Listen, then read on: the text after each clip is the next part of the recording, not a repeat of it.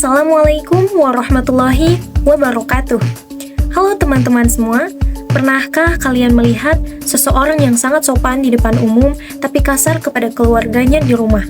Atau seseorang yang sangat taat aturan hanya jika ada polisi?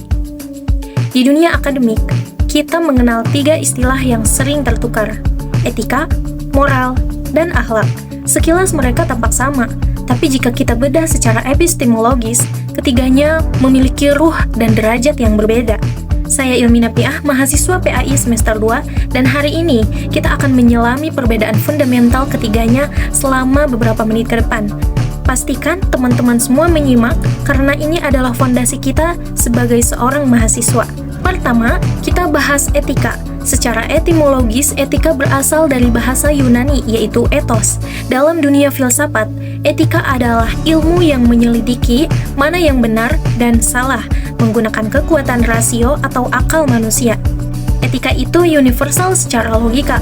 Misalnya, etika profesi kedokteran atau hukum. Semua orang berakal setuju bahwa menolong sesama itu baik. Namun, kelemahan etika adalah ia bersifat antroposentris, berpusat pada manusia. Jika akal manusia dipengaruhi kepentingan politik atau nafsu, standar etika bisa berubah menjadi sangat relatif. Etika hanya sampai pada tataran apa yang logis menurut manusia. Kedua, kita bergeser ke moral. Jika etika adalah teorinya, maka moral adalah praktiknya di masyarakat.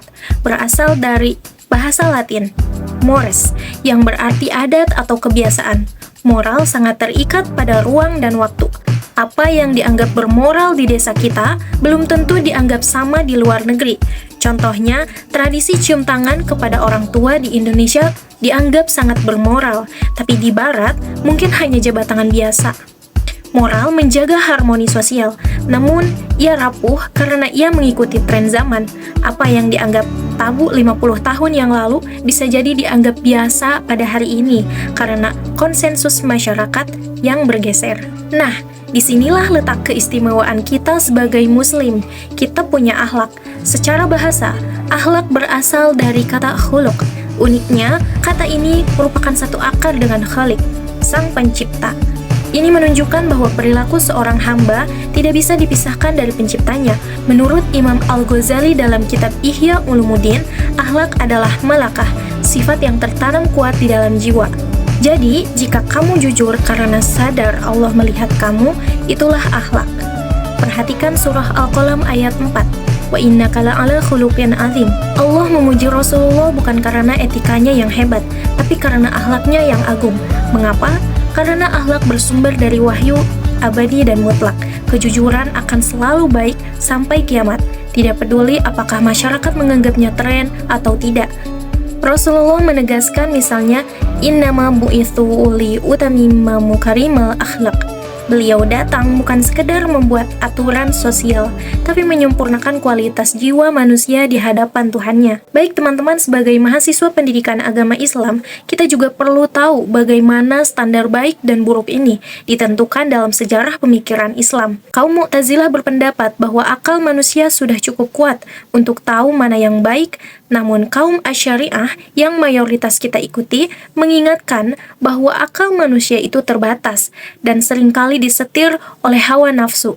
Oleh karena itu, standar mutlak kebaikan haruslah datang dari Allah melalui syariat.